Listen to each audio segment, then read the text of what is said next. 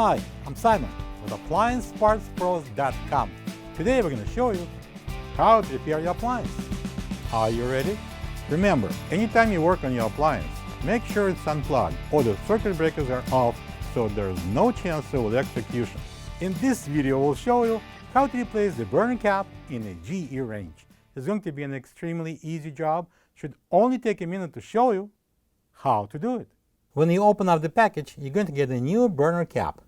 The burner cap covers the burner base, forming the flame into the round shape. This particular cap is for the medium burner. The main reason for the burner cap replacement is if the protective enamel is badly damaged or it's simply missing. We're going to start with removing the burner grate. Slide it out and lift it off, and then we're going to take the burner cap off by lifting it. This is the old burner cap next to the new one. If you don't have this part, you can get it from AppliancePartsPros.com. I'm going to bring the new burner cap in and just place it on the top of the burner base. Next, we're going to install the burner grate.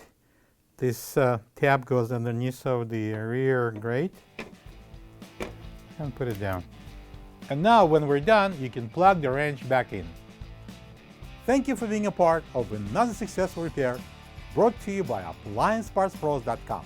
For any of your future appliance repair projects, please check out our other videos available on our site, on Facebook, on YouTube, and on Instagram.